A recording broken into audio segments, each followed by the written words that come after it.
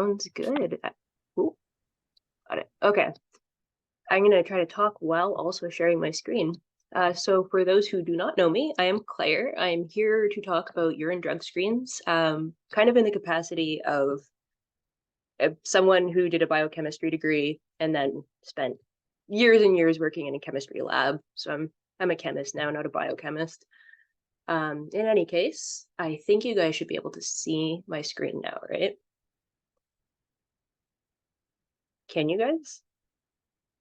Yes? Okay, cool. And then I am also somebody who has used drugs. So that will come into play a little bit later during my presentation, but not too much. I'm kind of sticking to the science behind it. There are three things I would like to cover with you guys today. The first thing I would like to talk about how urine drug screens actually work. I'm not going to go too in depth. It's more or less just an overview of the point of care ones, the pee in a cup tests, just so that way everybody's on the same page for the second part, where I'm going to talk about some questions that I get a lot, or some unexpected results you may experience, and other oddities that can happen with these kinds of tests. One thing to note, I'm not going to get into the lab tests, and because those aren't the ones we interact with on a day-to-day basis, so I feel like it's a little bit less relevant. But if anybody has any questions about the lab tests, I'm more than happy to answer them, preferably at the end of the presentation. And then the third thing I'm going to talk about is just the potential impact of incorrect results, whether that's a false negative or a false positive, doesn't matter. That being said, if you guys have a question as I'm going through, like preferably a question that's like seeking clarification about what I'm talking about, feel free to jump in and ask. I do prefer it if it's a little bit more of like a casual conversation-y type format, and hopefully that will help you understand what I'm saying. So first of all, point of care tests. So when I say urine drug screens during this entire presentation, just assume I'm talking about this kind of point of care test where you pee in a cup, you get a strip, and you have to read the lines to see if you tested positive or negative. There's actually two different kinds of these tests. There's sandwich and competitive lateral flow immunoassays, they're called. They're read opposite to each other, which can be a little bit confusing for people. So if you think of like pregnancy tests or like the COVID test that I have on the bottom here, those are read with one line being negative and two lines being positive. That's a sandwich assay. And then up at the top here, I have a bunch of drug tests. Those are read with one line being positive, two lines being negative. So we are talking solely about the competitive assay today. That's because these ones are they're really good at detecting small molecules. If you tried to use the sandwich assay to detect a small molecule, which refers to almost any drug, like 99% of all drugs in human history are small molecules. So you don't want to use those for drug detection. Here's how the competitive assays work. So you have two different types of antibodies. Antibodies are referring to like when your body releases antibodies to help fight off sometimes an infection. In this case, they're being harnessed to identify an antigen, which is something that sets off an immune response. They're using the drug you're trying to detect as an antigen. So we take an immune cell, basically, and you show it a specific drug, let's say amphetamine, because I have amphetamine on here. And you say, hey, amphetamine is an antigen. I want you to seek out and always bind to this antigen whenever you see it. So that's on the bottom there. And then we take a chromophore, usually it's gold or silver, something that's visible to the human eye, and we stick this to this antigen. So wherever a bunch of them pile up, you can see it.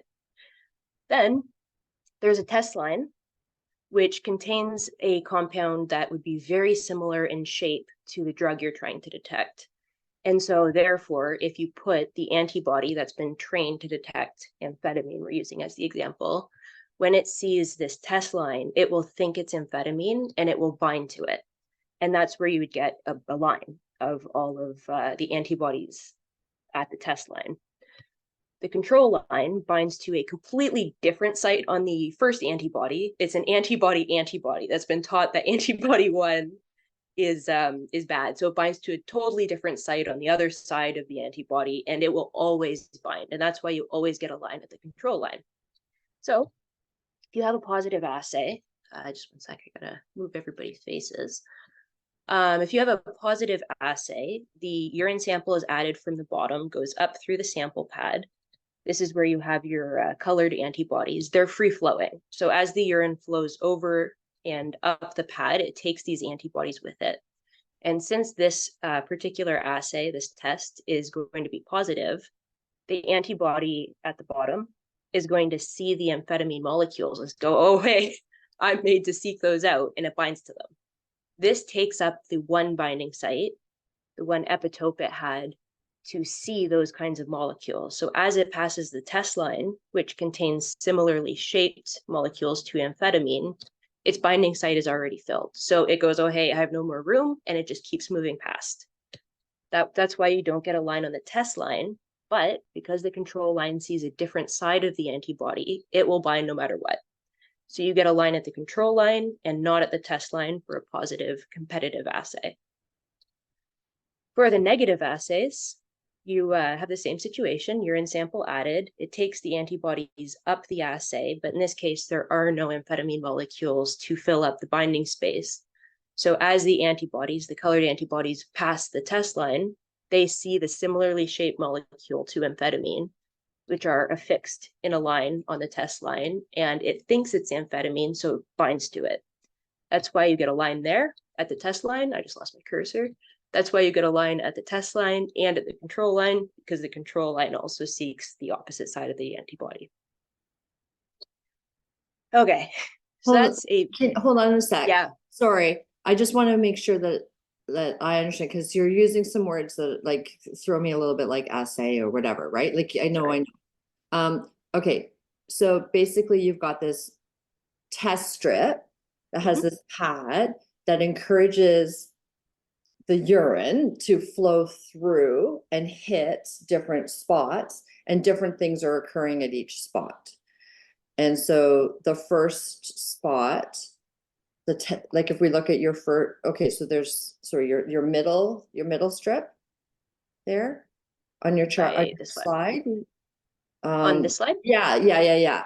So the red, what are the reds again? Tell us again. These are the labeled antibodies that are seeking out the drug. Okay, so those are little hunters. They're hunting the drug. Okay, and they hit the test line, and they don't find the drug there because this is negative. But it's set to be able to not find it there because it has a different shape thing. No, this case is saying if somebody just didn't consume amphetamine, and so there is no amphetamine to find. Okay, great. There's nothing to hunt. There's nothing to catch. Okay, exactly. So we'll still try. The C is the catch line. That's the control line, and then T is a test line. So the control line will always show up no matter what. If it doesn't show up, there's something wrong with your test. The test line is the one that its presence or absence will say positive or negative. Okay, so if I've got amphetamines in my urine, the little red guys, the hunters, will catch at the T line and show that they're caught at the T line. Yes. Does that make sense? My little like. Oh no, sorry. If it's negative, that was backwards. Yes, that was backwards. Backwards, yeah. If there is amphetamine, then the hunters catch the amphetamine, and that spot is full. Yeah, at the T line. Yeah, so it's. Can you go back to the positive one, Claire? Yeah, positive. You can see them catching the little guys, and so because they've caught the little guys, their hunting spot is full, and it goes right past the test line, and it gets caught at the control. It's backwards from a pregnancy test. Yes. Pregnancy tests are sandwiches.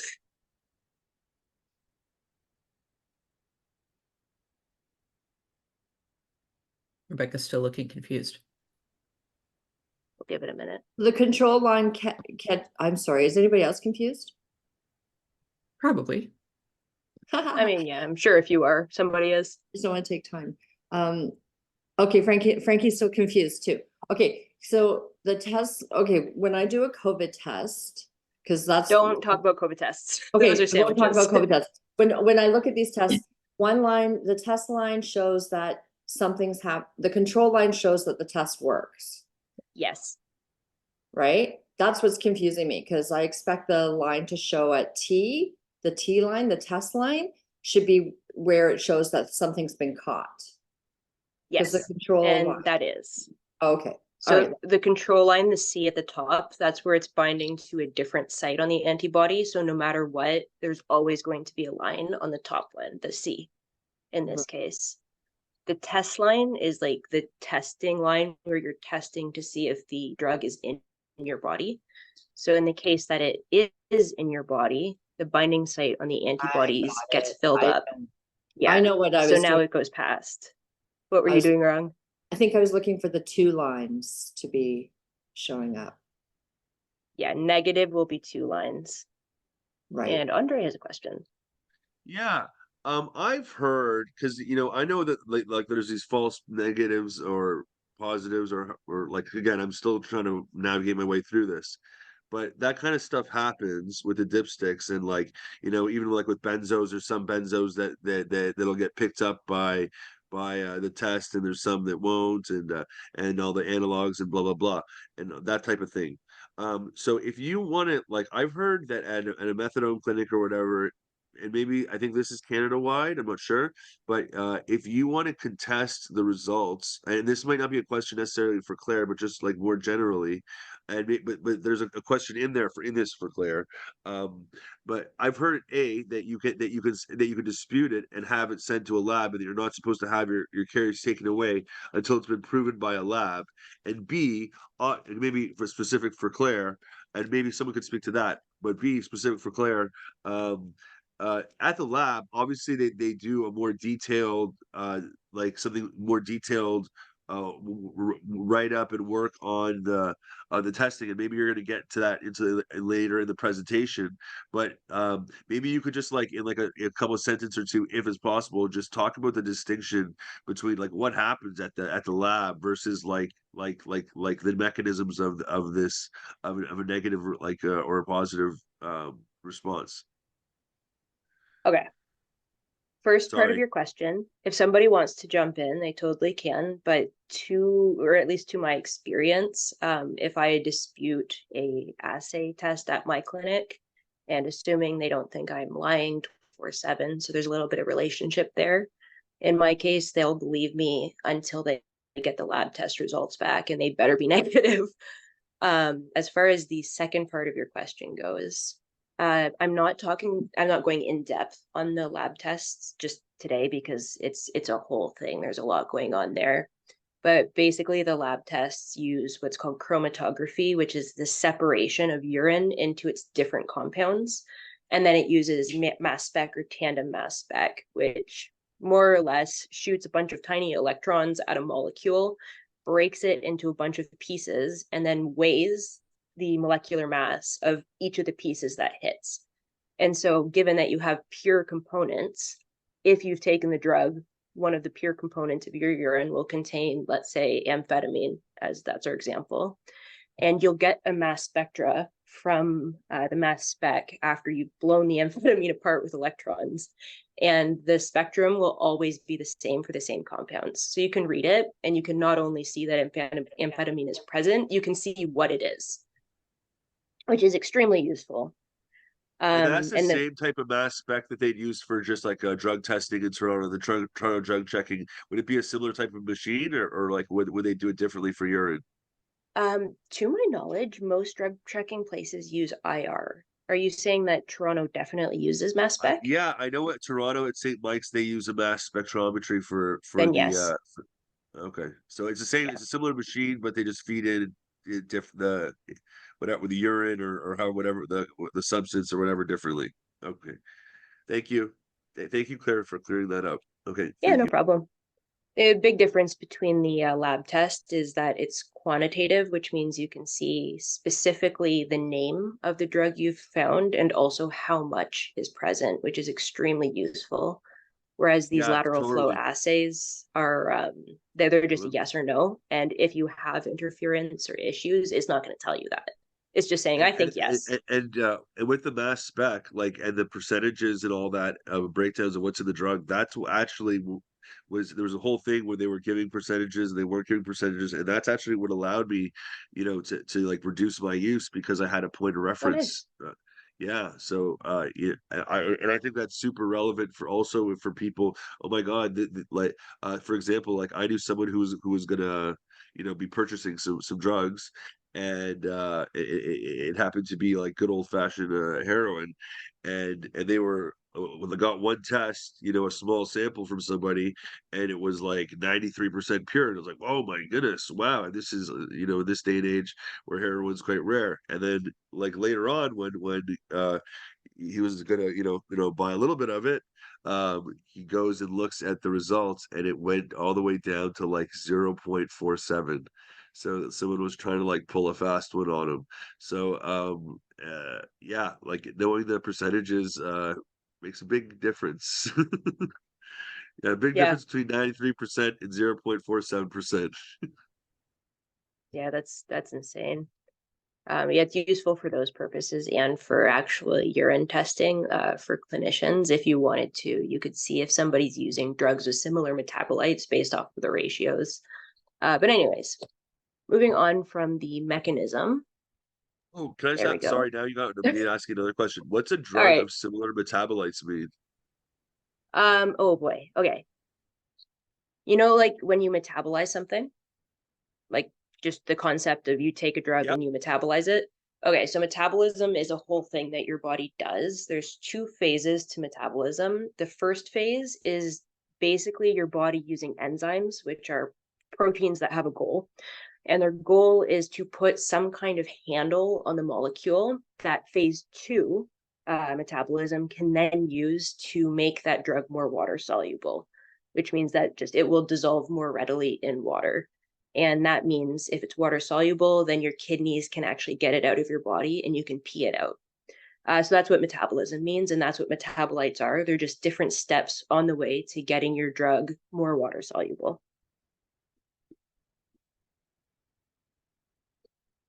Okay, so part two, I'm going to be going over just the questions, same thing as I said before, just questions I've been asked, things to look out for, and the impact of urine drug screens. So false positives are the first big thing that can happen to you when you take a urine drug screen.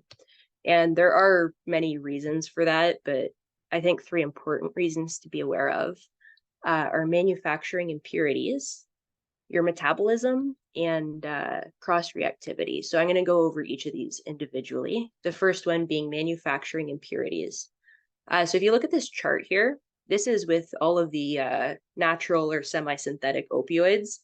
They basically all have some kind of impurity. So if you take morphine, there's a very good chance that you'll test positive for codeine. And you can go down the list and see this for all the other opioids too. And especially if you're on safer supply, especially if your dose is really high, like higher than, like one capsule, let's say, of Cadian. If you're on 100 milligrams of morphine, that's probably not going to cause too many weird things to show up. But if you're on 1,000 milligrams, that's 10 times more. And so you're more likely to have these impurities actually show up and be detected by the assay. And you can see this is a metabolic pathway. So I hope this makes sense to you guys. The red dotted lines are showing manufacturing impurities. So this would mean, let's look at morphine again. The double-headed arrow means that morphine can have manufacturing impurities that are codeine, and codeine can have manufacturing impurities that are morphine. Hydromorphone can have morphine impurities. And then the black solid lines are the metabolic products. So heroin, on its path to becoming excretable by the body, will at some point, part of it will be turned into morphine.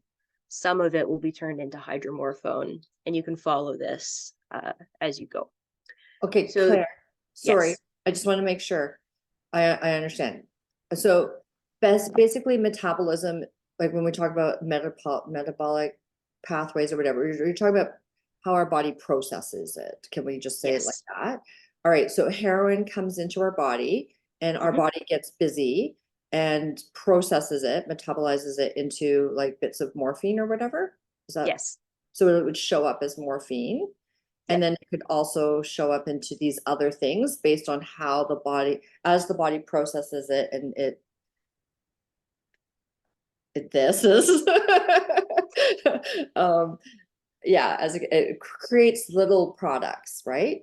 That Yes. look like morphine or hydromorphone, and then hydromorphone could look like all these other things. Is that Yep. basically it? Okay. Yeah, that's correct. There is a little side caveat there where not 100% of the heroin you take will go through the morphine metabolite, but in this case, actually, a huge portion of it will. So it's kind of like it does branch off a lot more. This here is listing the major metabolites, which usually is what's going to get found on a And a drug test anyways. metabolite is the product that it breaks down into, kind of. In Yeah, very so simple morphine. terms. Yes, morphine could be said to be a product or a metabolite of heroin metabolism. Got it. Thank you. No problem. I think that was it for this slide. I guess the one big thing to be aware of actually is oxycodone. Technically, based on what I've read and found in papers, oxycodone can have hydrocodone as an impurity. But there have been clinicians, like more than 3 clinicians, which I don't know if that's saying a lot, who have found unexpected oxycodone in their patients' urine. And I believe those patients were prescribed Cadian.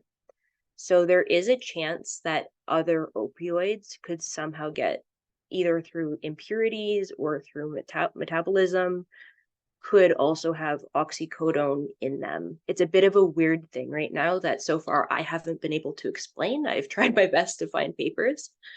Again, it probably only happens at high doses. Maybe that's why we're only noticing it now. But it's really interesting and quite strange. I somehow Okay. missed the NOR. What's all this NOR stuff before it? NOR. Oh, okay. So in metabolism, NOR refers to demethylation, which is taking one methyl group, which is a CH3, carbon and 3 hydrogens, off of a drug. So it's really common from a heteroatom, which would be like a nitrogen or an oxygen. That's starting to get into a little bit of the technicalities of metabolism. So all we need to know really for these purposes is it's a product of metabolism, and it is a demethylated product, if you want to be specific. Okay, so this one's also talking about metabolites. This is something I find very interesting about stimulants. I like them because they are just the weirdest tests in the world. They can be falsely positive all the time. I actually recently had a question from someone about they had someone who seemed to be testing positive for amphetamines, for methamphetamine, but then also for MDMA and its derivatives, and also for cathinones. And they were like, what the heck is going on here? Like, is this person taking all of these things, or are they only taking one of them?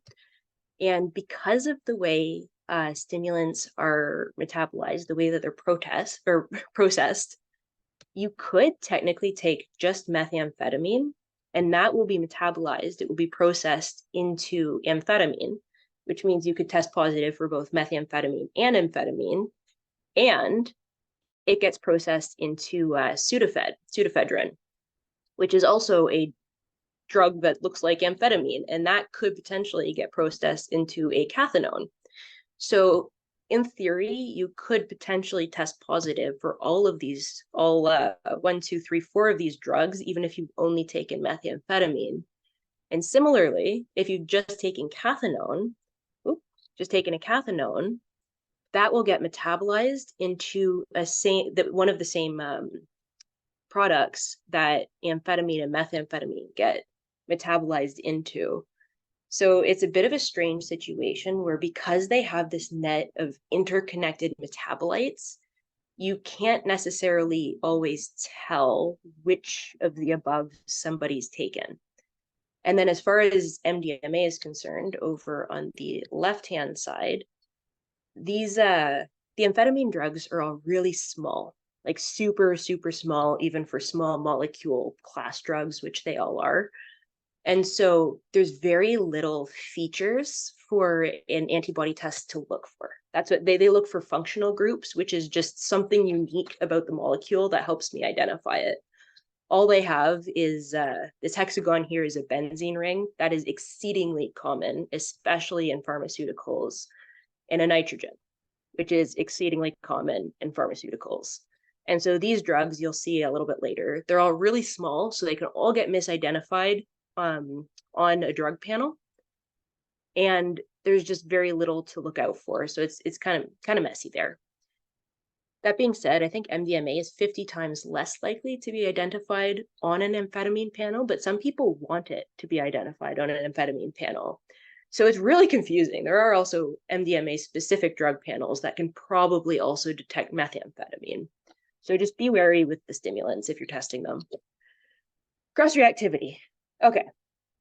So cross-reactivity is a situation in which a drug that is usually it's shaped similar to the drug you're looking for. When I say shape, I mean like its molecular shape, like the drawings I have on the bottom here. Typically, they'll have similar features, but not always, which is very interesting. And these drugs that are cross-reacting will cause a positive result on a drug test that you're not trying to test for. So it's a false positive. You may not have taken amphetamine, but if you take phenylephrine, there have been cases where people have tested positive for methamphetamine because of that, not because they've taken meth. So you see this list here. This is just a few medications from one single paper showing some of the things that these drug tests can and have said were amphetamine, even though they're clearly not amphetamine. And some of these are a pretty big deal. Like trazodone's pretty common, tricyclic antidepressants, it's a pretty big deal. An antibiotic, like these are some heavy hitters here. Okay, the other case you might run into is, what if I have a false negative that may be consequential if your clinician is looking to see if you are taking a medication. So some of the reasons why you might have a positive drug test, first of all, or a negative drug test, sorry. First of all, if you have a speedy metabolism, drink a lot of water and exercise a lot, I am one of these people. I have a very fast metabolism, and so I have tested negative for things like literally a day later. Sometimes that happens. Drinking a lot of water will make it worse. Also, if the drug that you're taking has a short half-life, half-life refers to the time it takes from the time you take it, how long until half of that dose has been eliminated from your body. And then an equal amount of time, half of that dose will be eliminated from your body. So it's kind of an exponential or logarithmic curve. Roughly 5 half-lives, people like to say, is after about 5 half-lives, you would consider a drug to not really be active, like pharmaceutically active in your body anymore. And it probably won't be detectable by an immunoassay test. That being said, I have heard people say you should maybe wait 7 half-lives if you want to test negative for something. So it depends on the drug. They all have different half-lives. Also, the dose you take. If you take a higher dose, if you've taken a drug more recently, and if you've taken a drug for a long period of time, all those are going to make you more likely to test positive. Likewise, if you take a little bit less over a shorter time frame, and you have waited a long time since using that drug until you get tested, then you're more likely to test negative. The third thing, test compatibility. This goes back to the test, so I'm going to have another slide explaining it. For test compatibility. Can I ask you a question before you move on to that? Sorry. Yes. There's a question in the chat from Frankie. Is a short half-life the reason lorazepam often isn't detected? Do you know? That's a very, very good question. Okay, I actually am going to be using this as the example. Awesome. Yeah, so fantastic question. You predicted my thing. Mostly no. It does have a relatively short half-life. It's kind of intermediate as far as benzos go. But I would think the bigger issue is actually because of the poor test compatibility, which I will talk about in one slide from now. So I'm going to start off with an example of good test compatibility, which is methadone. So a lot of tests, including the methadone tests, are made to identify one specific drug. So they're showed, in this case, they're actually showed a metabolite, EDDP, just because there's more of it in the urine, so it's easier to detect rather than trying to detect the parent drug, methadone. So these tests are marketed as testing for methadone, and that's it. And they are fantastic. They're calibrated with EDDP. That's the only thing they have to detect. And they're not particularly known for having false positives or negatives. That doesn't mean that it's not possible. It just means that they're not quite as iffy as some of the other drug tests often can be. So this is a really good example of good test compatibility with its one intended metabolite, its one intended drug to find. On the other hand, there are a lot of tests that are, they still use only one drug to calibrate the test, but the test itself is marketed and intended to be able to identify an entire class of drugs. And one example of this is the benzodiazepines. There's no one benzodiazepine drug. That's an entire class. And so typically they'll use oxazepam, sometimes diazepam, to calibrate these tests. You can see they're shaped like this. I tried to color code them so you have an easier time seeing the differences between all of these drugs. This is by no means all of the benzos, by the way. This is just some of them. So oxazepam, diazepam, and temazepam are all very intertwined. Diazepam is metabolized. It's turned into temazepam in the body, which is then metabolized into oxazepam. And so typically the tests have a pretty decent time detecting these three drugs. On the other hand, if you look over at the right at aprazolam, at Xanax, and even at atezolam, these are called triazole benzodiazepines. So the entire top is different. You can see you don't need to be a chemist to go, oh, wow, look at that big old ring with 3 nitrogens in it. And that kind of starts to get in the way of the tests being able to identify them. And aprazolam, Xanax, is very difficult for these tests to identify. They still will, but you need to have taken way more recently for it to be, you're more likely to have a negative result, even if you have taken it. And then if you look even farther to the right, atezolam, this is a thienobenzodiazepine, or a thienotriazole benzodiazepine, actually. This sulfur heterocycle ring over here interferes with the test even more, to the point that you could take as much atezolam as you could take without dying, and you won't test positive. You could dump a whole thing of atezolam in the drug test, which I have done. It won't test positive. Yes? I just wanted to ask, okay, like we know that obviously these things are like different potencies, like just from like, like folks having used them and kind of might like last different amounts of time and things like that. But like, is there any other, like just in terms of the way that folks experience them, is there anything that like might not be that obvious to the user, but like ways that all these different, and I'm just using benzos in this instance as an example. I guess this could apply to other drugs, but just because benzos are so prevalent these days, Yeah. is there ways that because of these like pharmacological differences or ecological differences, I hope I'm saying that right, that folks might not realize these drugs might be like affecting them differently, like apart from like the obvious, apart from the like what might seem obvious, if that makes sense. So are you saying, like, are you asking for reasons why individual people might have a different experience with the same drug? Well, yeah, that or why or just even experiences that like might just not, or like things that are that because of these differences that they're doing, that different benzos are doing, that we might not even realize that they're doing. Like maybe Um, one has a big like a more serious health impact in one way or another, or something like that, something of that regards, or one might make okay. you like really result in just some kind of symptom that the others might not, if that makes any sense. Okay, it's hard to, let me get my thing back. There it is. Okay. Yeah, so I'm just gonna go F5. Oh, yeah, am I gonna go F5? Yes, I am. Okay. I don't know where I cut out, but yes to potential health differences. And then also the other thing I was gonna say, give me a minute to remember. Oh, yeah, okay. So because metabolism happens, and metabolism does change the way that these different molecules, these different drugs are shaped, quite often a drug can be metabolized into another drug that is also biologically active within the body.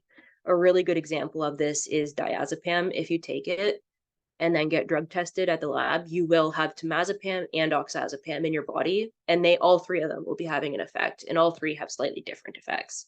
This also happens with cocaine. When people drink with cocaine, you get the cocaethylene thing, and cocaethylene is also active in the body. That's why it feels different to drink when you take cocaine, because of metabolites. But of course, that does differ depending on which drug you're talking about, so you can't really generalize. Back to the slides. Oh, and one more other, sorry, I know I'm like Yeah. really chatty today, but like that whole thing I've heard about, like all these like different, like especially with fentanyl analogs, maybe it's a little bit different subject, but like I just never really understood. I know they said like when they're making these analogs, there's these things like an unstable like ring or like electron, or maybe something like, you know what I'm talking about? Like that it's like less stable or something like that. So that's what I was also kind of like thinking about when I was talking about like these different like molecular structures, if that makes any sense. Yeah. Okay, so this is actually a pretty good slide to ask the question on. Atizalam in Canada is called a, research chemical gray area designer drug, whatever you want to call it. It is legal and used in some countries, and it's also an antidepressant and anti-anxiolytic, so that's pretty cool. But in Canada, this is considered a designer drug. So I'm going to use this as an example. You see how every single benzodiazepine on this list has the blue, it's called the benzene ring, these hexagons with 3 double bonds. Every single other benzodiazepine, that's what the benzo in benzodiazepine refers to. That's why atizalam is a thienodiazepine, because this green sulfur heterocycle is called thiophene. And so that right there is an example of making a small change to a molecule. In this case, it's actually a pretty big one. And it still has benzodiazepine-like effects, but now it's technically not a benzodiazepine. It's technically different, so it's technically legal. You can also, one of actually the most common thing that people do to research drugs to make them technically legal is they'll add a halogen to them. Halogen refers to chlorine, bromine, fluorine. That's basically it. Iodine, but that would be kind of risky. So let's say chlorine, fluorine, and bromine to some spot on the molecule. It's a very, very easy halogen process. It's a super easy reaction to do, especially if you're doing it non-discriminately. You're not trying to put the halogen on a specific spot, which you probably aren't if you're making research chemicals, gray area molecules. And just haphazardly throwing a halogen on a molecule is a great way to cause problems. It seems like a small change. It's only one atom. It's not that big of a deal. It is. Especially the halogens as they get bigger. So something like bromine or, God forbid, iodine, they're liable to just leave. You could take the drug and they might just pop off the drug. And now these are charged molecules and that can cause all kinds of issues. So suffice to say, yeah, that happens. That's how it happens. It's not safe. Those drugs are not tested. So be careful if you are taking them intentionally and let other people be the guinea pig. I hope that answers your question, Andre. Yeah, it was super helpful actually. Thank Okay. And then the last thing I wanted to say on this slide, okay, yeah. So some of the drug tests are intended for an entire class of drugs, which we've already gone over. We have our list down here. I've talked about Xanax and atizalam. Okay, so now I'm going to get to lorazepam. So you see lorazepam on the left. Just looking at it, it looks kind of similar to diazepam, temazepam, and oxazepam. So you really would think, like I would think, that it would be really easy to detect. And I did think it was really easy to detect. And if you're testing for lorazepam itself, it is really easy to detect. The problem is that lorazepam almost entirely gets converted and metabolized in your body.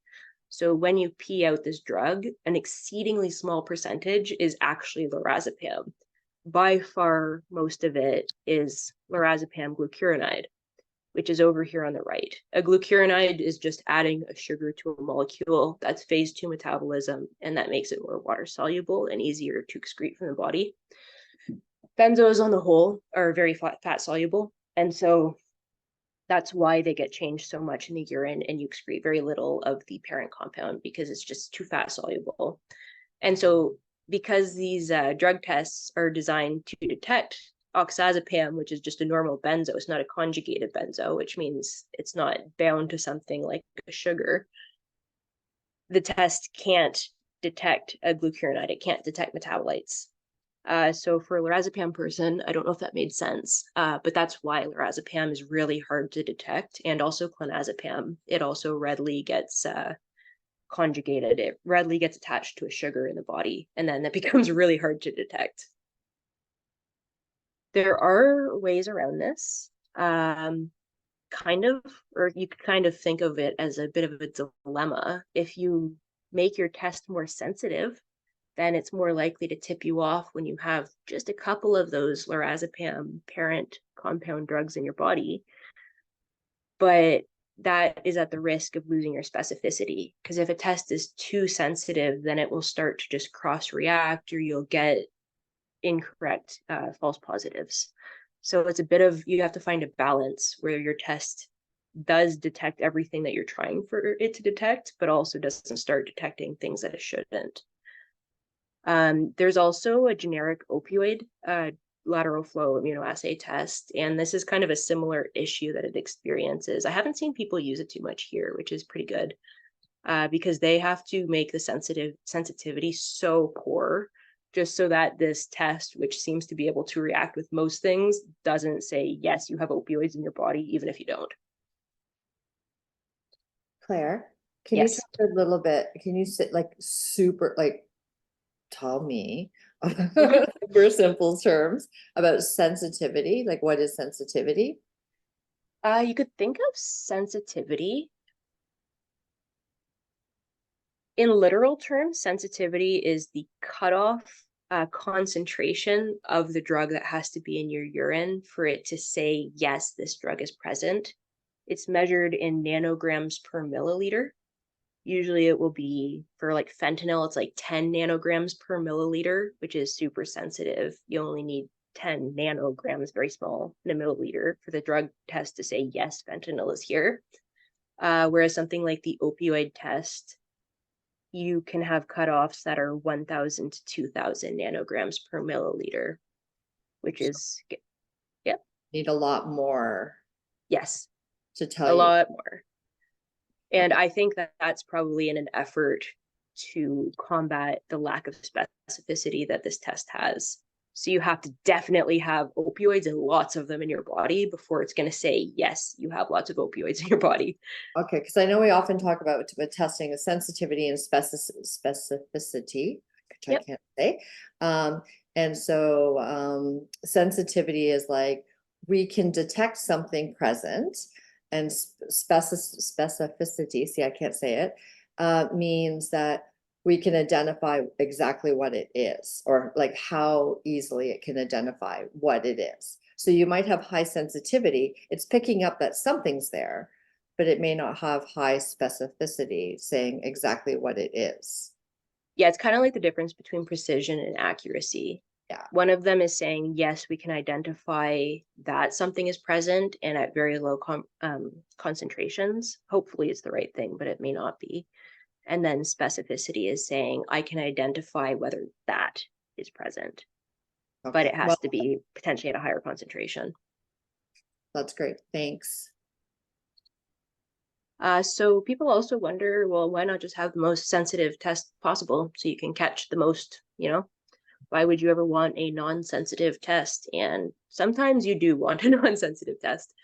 The more sensitive a test is, it may start to become more prone to cross-reactivity, which is interference, and that's when you start to get false positives. At lower sensitivities, this may not be an issue, but as you get more and more sensitive, it starts to require less and less and less of the antibodies saying, yes, there's something here, for the drug test to read, yes, that somebody has taken this drug. So there's one example I found absolutely baffling, One paper actually reported there was a woman who was there for some surgery.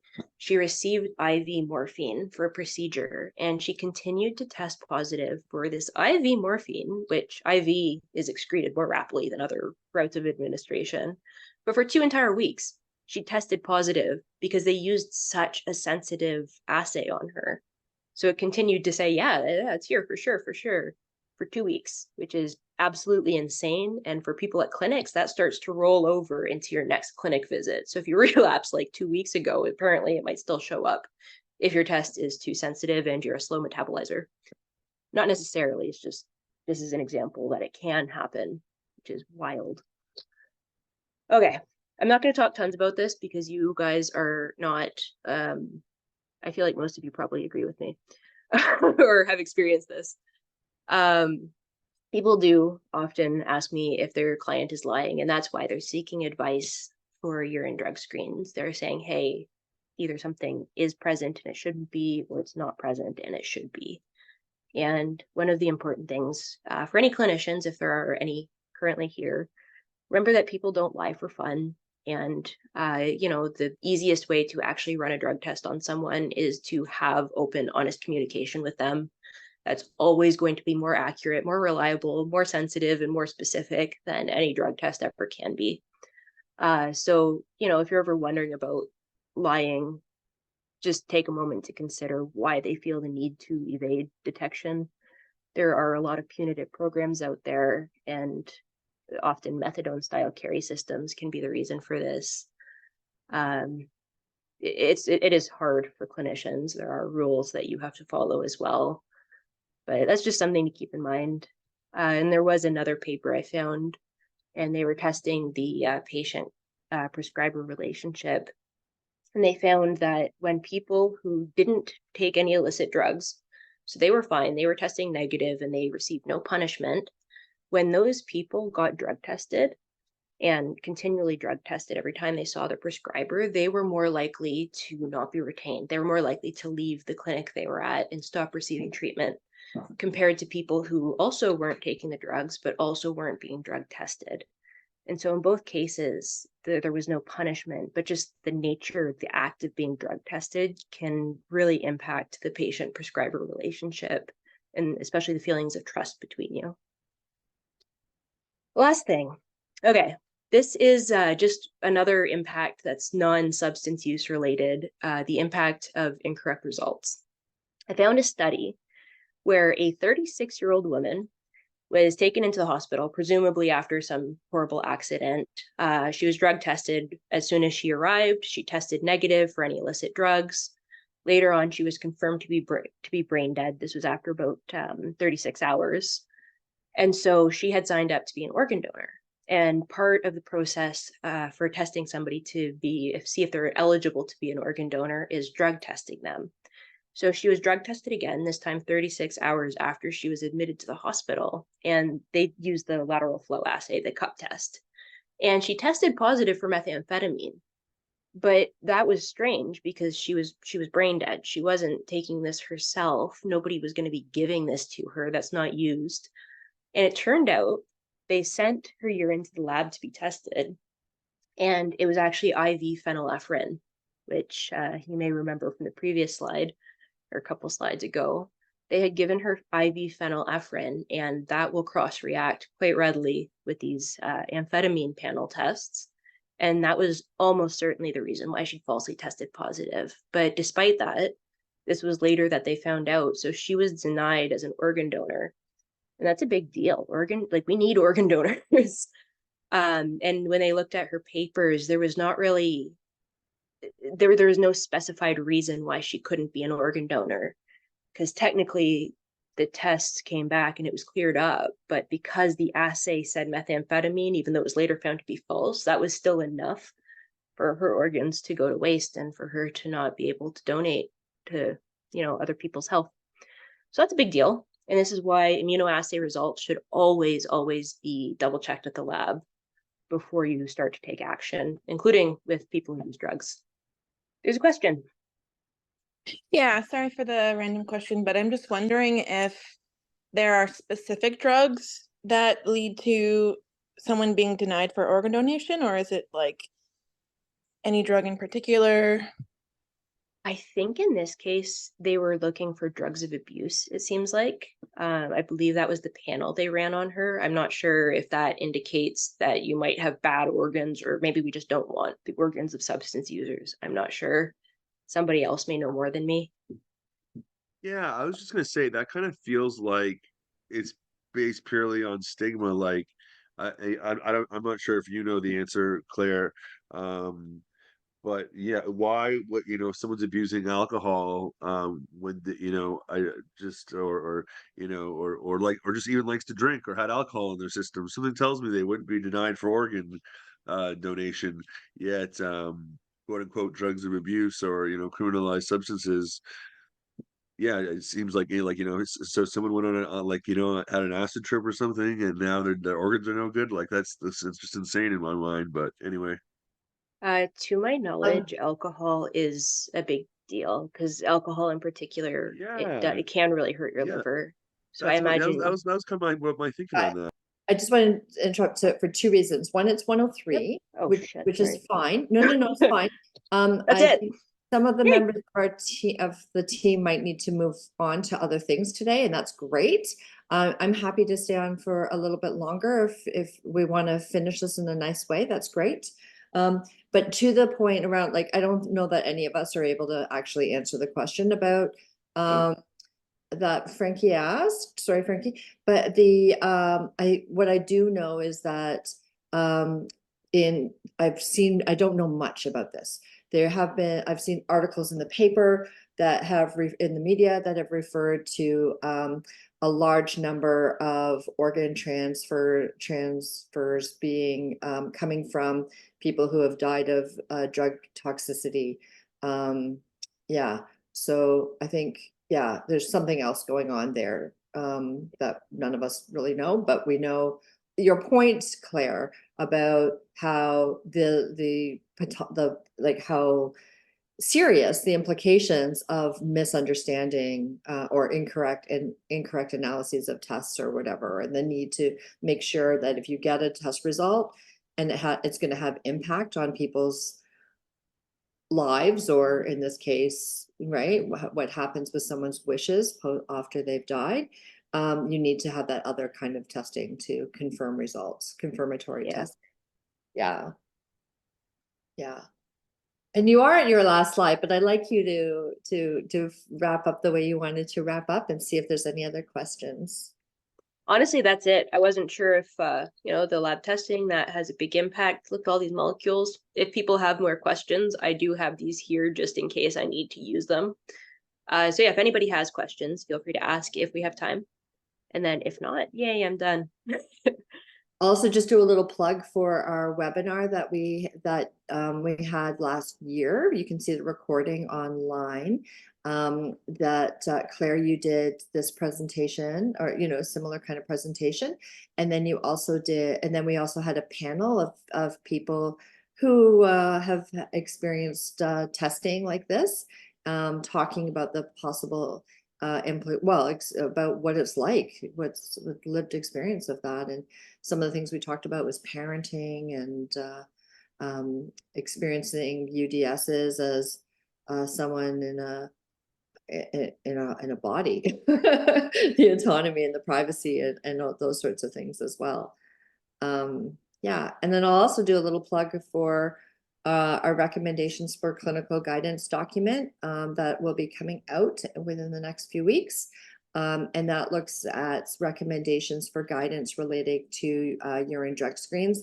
And Claire, you've been on been a part of that working group along with others on this call. So yeah, and yeah, okay, enough for me. Back to Claire. Or to the group. Back to the group. Yeah, absolutely. Check out, especially if you're interested in learning a little bit more about the specifics of how lab tests work.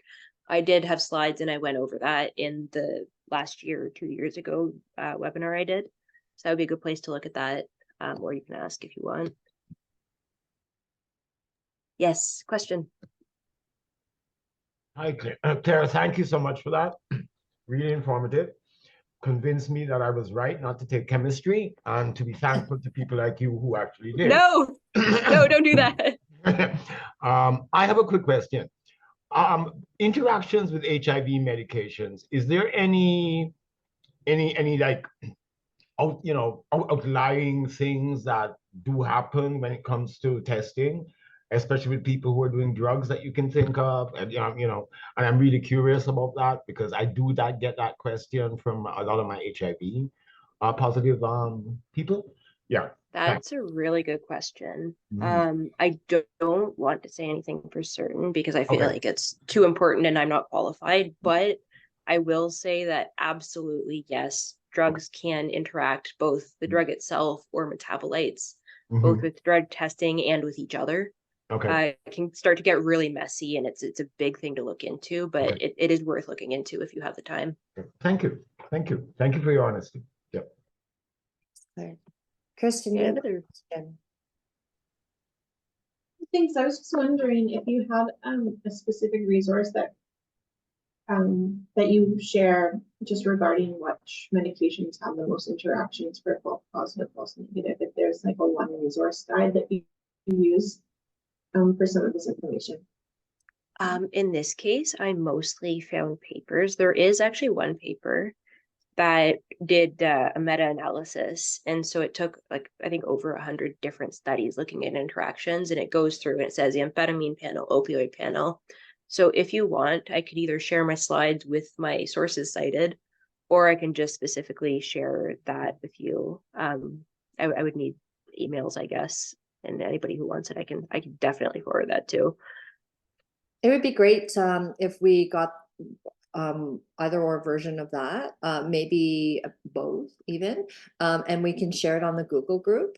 And then if somebody wants specific, like, isn't part of the Google group or doesn't access that stuff in the Google group, you can either contact any of the team. And the way you can do that is you go to our website and it says contact us, and they can send us an email that way if you don't Yeah, it's have. perfect.